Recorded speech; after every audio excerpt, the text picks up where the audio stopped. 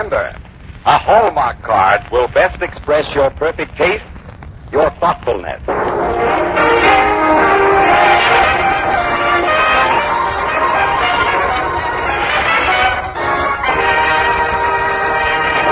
The makers of Hallmark greeting cards bring you the life story of one of America's greatest idols, Babe Ruth. Our special guest of the evening is the lovable Bambino, the great-hearted Sultan of Swat, Babe Ruth himself. For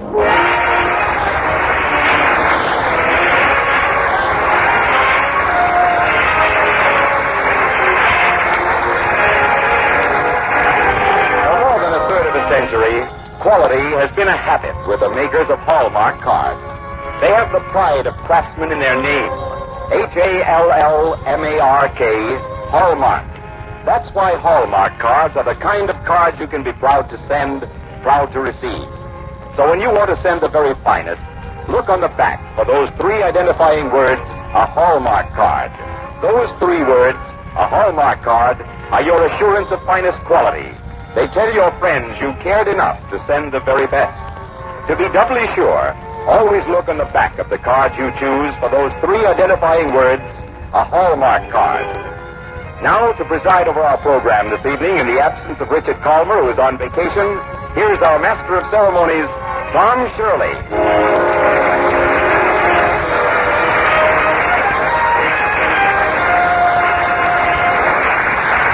Thank you, Harry Marble, and good evening, ladies and gentlemen. One dawn in the jungles of New Britain, a group of Marines were waiting to attack. Suddenly, out of the brush, charged the enemy, shouting what they believed to be the supreme insult to Americans.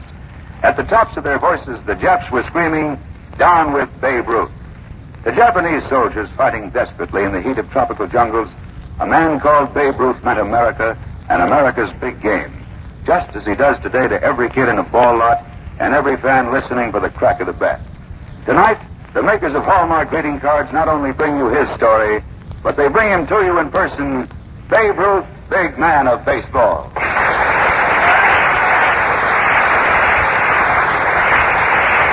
Welcome to the Reader's Digest Radio Edition, Babe. Thanks, Tom. That was quite a warm-up. Well, that's something I've been looking forward to for a long time, being warm-up pitcher for Babe Ruth. Doggone, it's a big night for me. Well, no kidding. It's been a big night for me, too, Tom. For one thing, I've got a chance to tell everybody how grateful I am. For what, Babe? Well, when I was benched in the hospital, I got a great lot of Hallmark greeting cards from friends. Those bird cards... Green bird cards, were they? Yes, those are really swell. Took me right out in the opening where I wanted to be. And then when you get laid up in the hospital, you know how it is to have somebody to remember you. Yes, indeed, I can well believe that, Babe. But you look pretty fit now. Well, I feel okay. Well, Babe, according to the records, you hit something like 730 home runs as a major league ball player. And as a witness to almost 100 of them, I can safely say that there has never been a more exciting spectacle in baseball. Confidentially, Babe, I don't think anybody ever got as big a kick out of those homers as I did. Well, I know somebody did. Who? Me. You've got something there, Babe. You always put on a great show, and tonight we'd like you to stand over here and coach us from behind first base while we put on the show. It's a story you're very familiar with, I'm sure. The story of the most colorful, best loved, and most universally popular figure in the world of sports, Babe Ruth.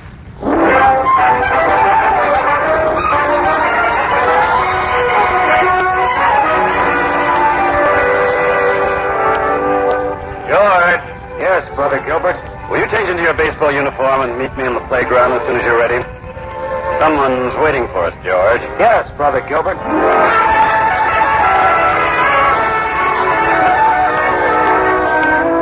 He was known as George then, George Herman Ruth, the big overgrown kid who had been at St. Mary's Industrial School ever since he was 7 years old. Brother Gilbert had found him on the streets of Baltimore, ragged and dirty-faced. And it took some persuasion to convince the youngster that he needed a fine home and training in more useful activities than throwing tomatoes at policemen. George grew up at St. Mary's, and in spite of Brother Gilbert's efforts to teach him a trade, it was soon discovered that Master Ruth excelled only at the art of playing ball. Wisely, Brother Gilbert encouraged him. This is Mr. Dunn, George. How do you do? Mr. Jack Dunn, manager of the Baltimore Orioles. Oh, how do you do? Glad to know you, kid. Brother Gilbert tells me you're quite a pitcher. Yes, sir, I am. Well, nice to have that much confidence in yourself. Oh, it's not overconfidence, Mr. Dunn. We simply teach our boys at St. Mary's to be honest. 2 against 1, huh? All right, kid, let's see what you can do. Got a ball? Sure. Here's a catcher's mitt for you. All ready for me, huh? Okay, kid. Get over there and toss me if you will. Yes, sir. Kind of skinny, ain't he? Only his legs, Mr. Dunn. His shoulders and arms are as strong as a gorilla's. You're ready, Mr. Dunn? Shoot. That's my curve. Uh-huh. Let's have it low on the inside. Right. Good. Got a fast one? Where do you want it? On the middle. Yes, sir. Yep. Hurt you, Mr. Dunn? All right, kid. Keep tossing them. Want to see all you got? Yes, sir. He isn't warmed up yet, Mr. Dunn. Warming up for me. Another one pretty near took my hand off. You think you can do anything for him? No. A hop like that, I think he can do something for me. Fine, kid. What's talk here? What's the matter? Not a thing. You're all right, boy. All right. Nice, easy motion. Plenty of stuff on the ball. Of course, I don't know how you'd make out with a batter standing up there. But I'd like to give you a chance. With a batter? With the Orioles, kid. How'd you like to play for a big league ball club? You better say that again, Mr. Dunn. Of course, I can only pay you $25 a week to start with. But if you make the grade, I'll up that as we go on. $25 a week. You mean you're going to pay me for playing baseball? That's the idea, kid. Holy mackerel. $25 a week. Well, I'm going to buy me a bicycle and ride all over the city of Baltimore.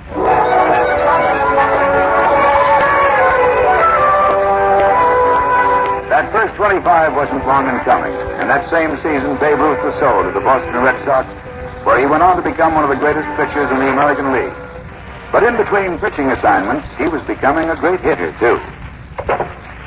You wanted to see me, Ed? Yeah. Sit down a minute. What's on your mind? Well, Babe, I've been looking over the record. As manager of this club, I think it's about time we come to some sort of a decision. About what? Last year, you pitched 20 full games. Played another 75 in the outfield. Your batting average was 300, and you hit 11 home runs. What's wrong with that? Not a thing, except that you can't keep it up. It's got to be one or the other, pitching or playing in the outfield. Can't I do both? Not unless you want to cut your playing career in half. What's it going to be, Babe? Pitching or hitting those home runs? Well, if I got to make a choice, I'll take the homers.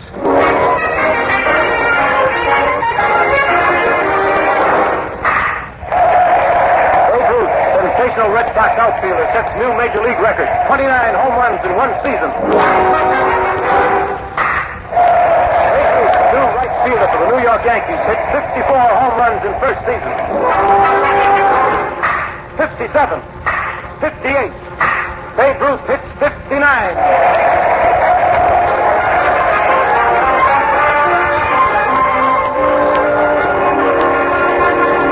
Fellas, I don't think it's right for the manager of a ball club to talk behind anybody's back. I've never done it before. But while the babe's in the shower, I think I'll have to this time. What's the trouble, Huck? Well, I don't like to admit it, but we haven't got 9 men on our ball team. We've got 8 men and a pair. That great big overgrown kid in there is probably the best ball player the world will ever see.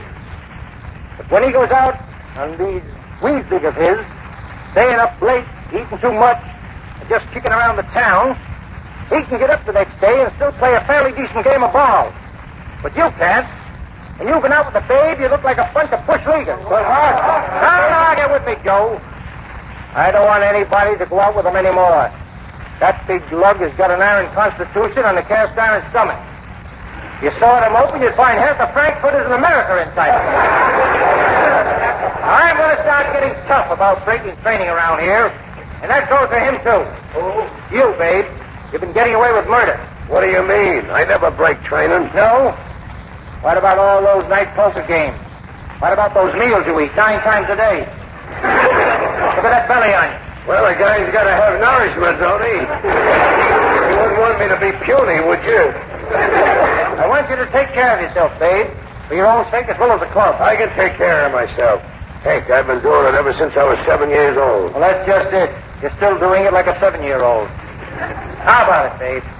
How about cutting out all this nightlife and setting a good example for the rest of the squad? That's 100% with me, Pop. I was just getting ready to turn over a new leaf anyway. Well, you'd better. Because the next time you break training, I'm going to keep you out of the game.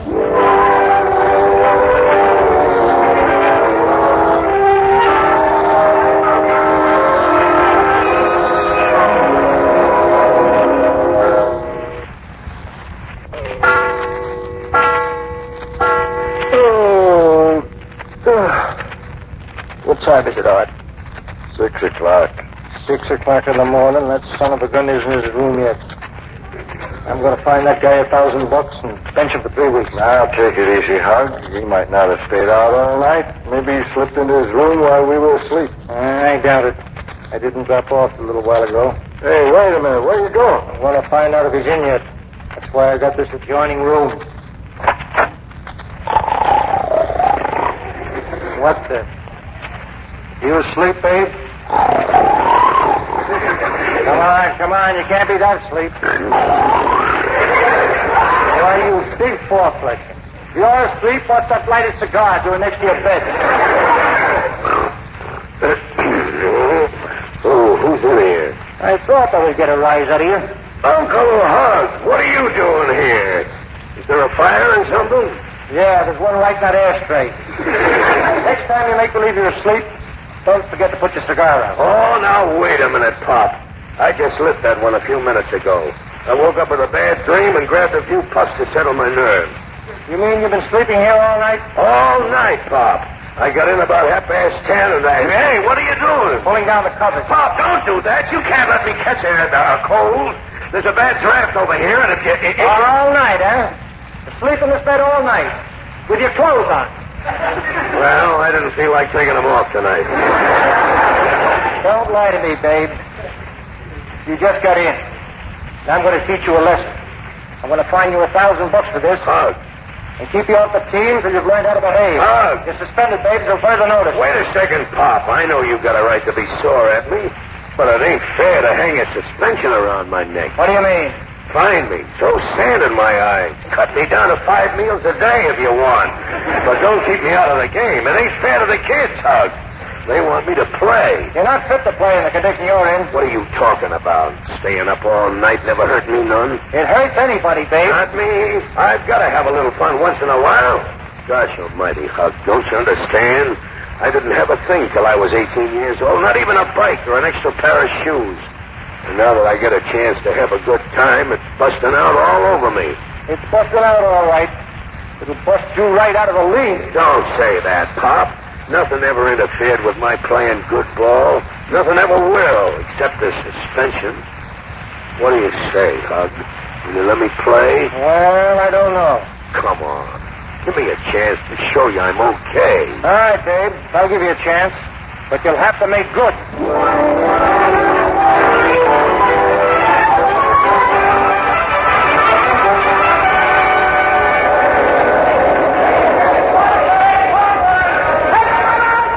What's the matter, Hug? Drive a long face. You looked as if you wanted a babe to strike out. I do. Huh? Be a lot better for him in the long run. A couple of good whips might teach him a lesson. You picked out the wrong day to teach him a lesson, Hug. He's got a homer and 2 doubles already. I know. That's why I've got a long face. Come on, you big lug. Don't you ever get tired? Stand in the air. There she goes, the other one. Flying out to a scoreboard. Good night. There'll be no holding him now.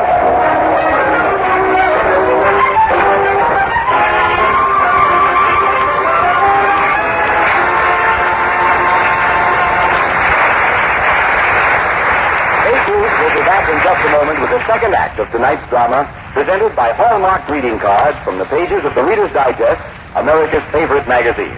Now, here's Tom Shirley. When Babe Ruth was in the hospital recently, he received an average of 2,500 greeting cards a week. But it's not only when he's ill or lonely that a man appreciates a friendly greeting. He likes to have his friends and family show they're thinking about him many times during the year. On his birthday, on Father's Day, and anniversaries, on every occasion that calls for good wishes. And because so many men have learned how much the right greeting card can mean, you see more and more men these days sending Hallmark cards to their friends and loved ones. So here's a tip to all you men. The next time you want to remember someone, send a Hallmark card. Remember, when you send a Hallmark card, you send the very finest. Because for more than a third of a century, quality has been a habit with the makers of Hallmark cards. That's why discriminating folks look in the back of the cards they send and receive for the three identifying words, a Hallmark card. Those three words, a Hallmark card, are your assurance of finest quality. They tell your friends you cared enough to send the very best.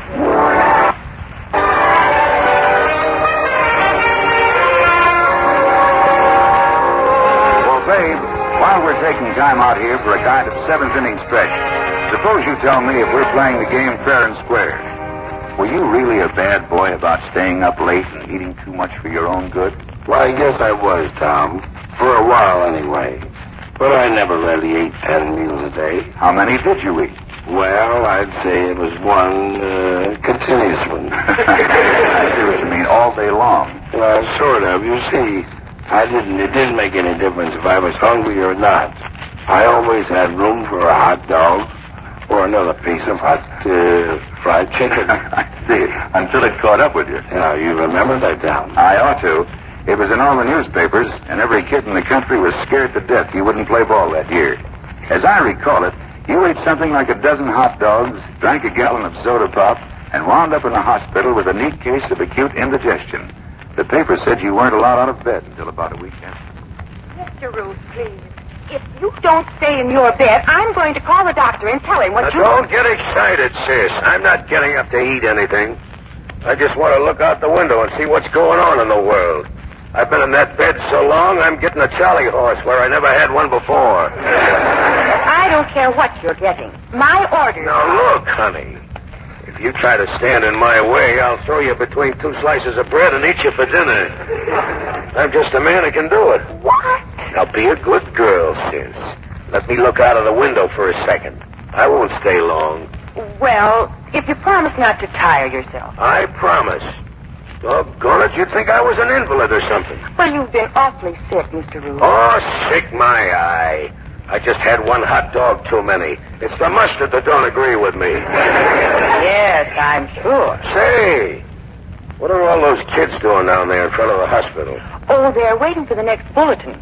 Bulletin? On you. Didn't you know? This place has been like a ballpark ever since you were admitted here. Those kids stand out there from early in the morning till after dark. What for? To find out how you're getting along. The first day, I saw a couple of them praying. Praying? For me? Why not? You're their hero. I know, but praying? Gosh, I never realized it. I always thought it was the homers in the ballpark. I didn't know anybody really cared about me personally. It's so... You'd better get back to bed, Mr. Ruth. Gosh. Praying. What do you know about that?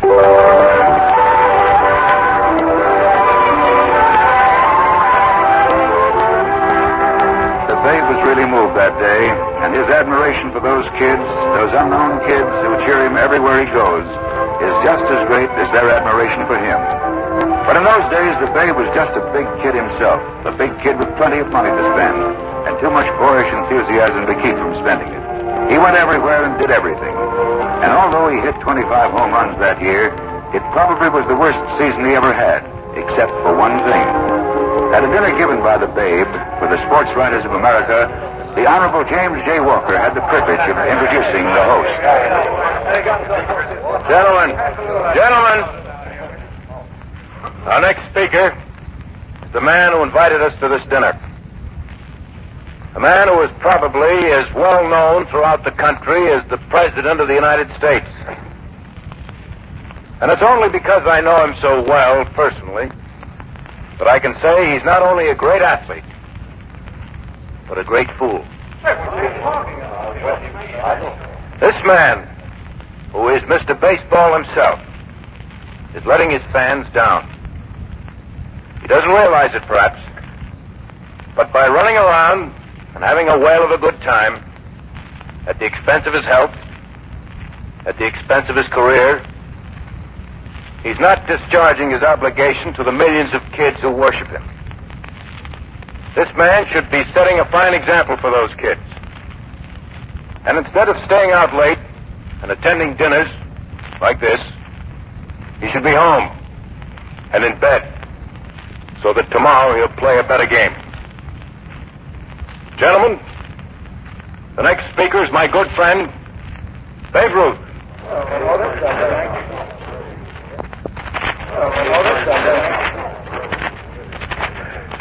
Jimmy, you know, I can't say anything after that. You said it all. 100% right. And in front of everybody here, I give you my word, I'll never let those kids down.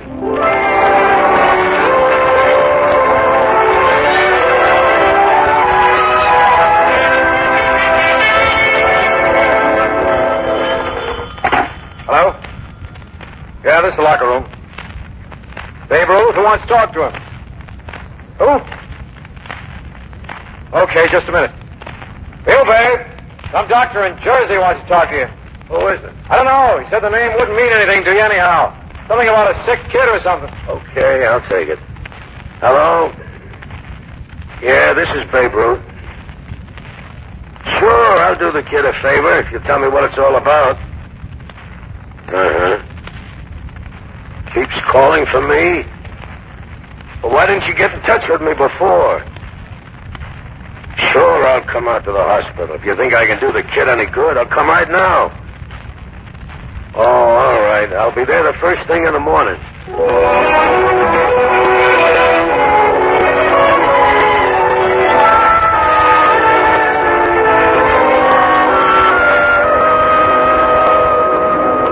What's wrong with him, Doc? Well, he's had a very serious operation, Mr. Ruth, and he hasn't responded to the treatments we've been giving him. There just doesn't seem to be anything we can do to make him want to fight for his life. I see. If he doesn't fight, he won't live. That's why we decided to send for you. Well, I'm glad I'm here. I don't think you'd better stay very long. No, I won't, Doc. Just give me the high sign and I'll leave whenever you're ready. Fine. Johnny, there's someone here to see you, Johnny. What? Babe Ruth is here. Where? Right here, kid. Don't you recognize me? Gee, Babe. That's right, Johnny. What? You're not really there. You're a movie. No, kid. I'm sitting right beside you. Oh, can I touch you? Sure. Shake hands. Gee, the Babe. Uh-huh. What are you doing here, Babe? You should be at the Yankee Stadium. Well, it isn't time for the game yet. I wanted to stop off and see you first. I got a ball for you, Johnny. A ball and a glove. Gee, you're giving them to me? Well, I got lots of them, kid. I thought they might help you play better when you got on your feet again. Gosh. Oh, I don't know. I didn't think I was ever going to get out of the hospital again. What do you mean? You've got to get out. I've got a ticket for you for next season's opening game. You wouldn't want to miss it, would you? No, sir. Tell you something else, Johnny. I'm going to hit a home run for you today. Just for you. So you can think about it while you're in bed. And get well faster. You want me to get well, Mr. Ruth? I'm going to make you well, kid. I'm going to be thinking about you every day, rooting for you. Getting bulletins on you from the hospital, even praying for you. The way you prayed for me. Oh, I never prayed for you, babe. Yes, you did. Kids always pray for me every time I get up to bat, whether it's in the ballpark or any place else. Oh, Mr. Ruth. Oh, all right, Doc, I'm coming. See you again, Johnny. And don't forget that home run. I'm going to hit one for you. And you're going to hit one for me.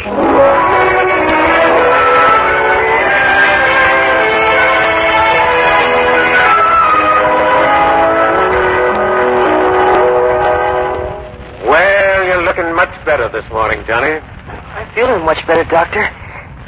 Do you think I'll be able to get up and have a catch pretty soon? Well, I imagine so. You will be up as soon as you want to get up, Johnny. As soon as you really want to. I want to now. I want to show all the kids this glove and the ball. Well, they'll keep for a while. Babe Ruth signed them. And he gave me a ticket to the opening game next year. Yes, I know. I was here yesterday, too. You were? Uh-huh. Then you must know about the homer he promised me. Did he hit it? Yes, he hit it all right in the fourth inning. The ball went over the bleachers and completely out of the park. He's a great guy.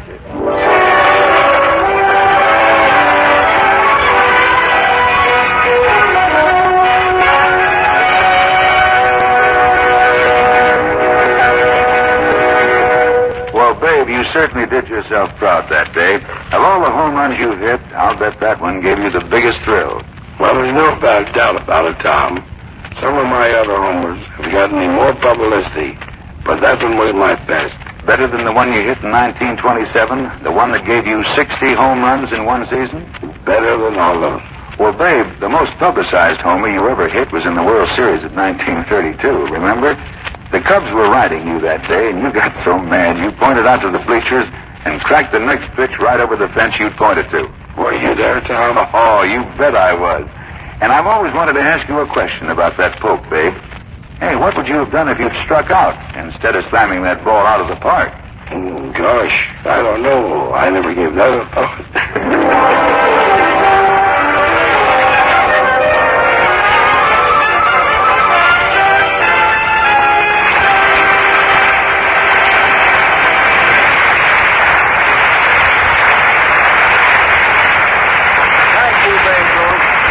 Wonderful story.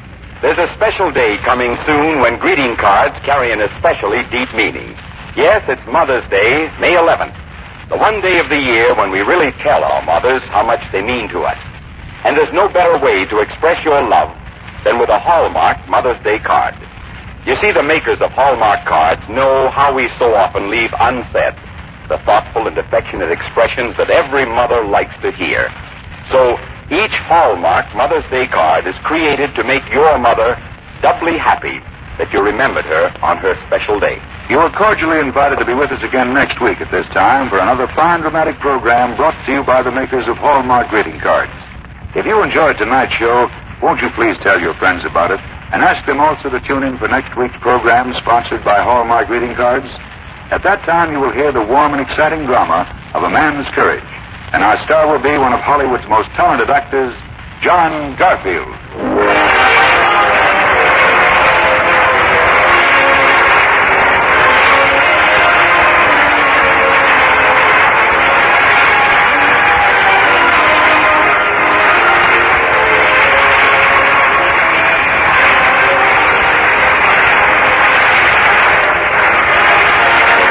The role of Babe Ruth was played by Howard Smith. Babe Ruth, big man of baseball, was dramatized by Robert Sloan from the article, What Baseball Owes to Babe Ruth, from the pages of the Reader's Digest, America's favorite magazine. The story, as it originally appeared in Sport magazine, was written by Jack Schur. Mr. Schur has a story about another exciting sports personality, Mrs. Elizabeth Arden Graham, in the May issue of Sport, which goes on sale tomorrow. Next week, part of the country goes on daylight savings time. If your area remains on standard time, tune in this program 1 hour earlier. The Hallmark program was directed by Mark Sloan, with music especially composed by Jack Miller.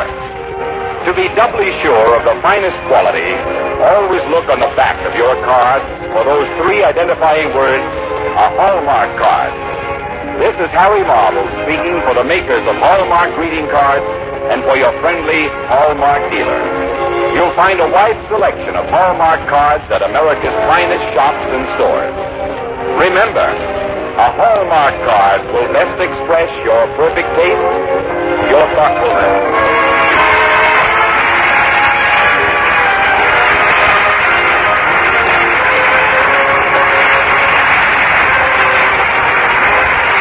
This is CBS, the Columbia Broadcasting System. This is the WBBM Air Theater, Wrigley Building, Chicago.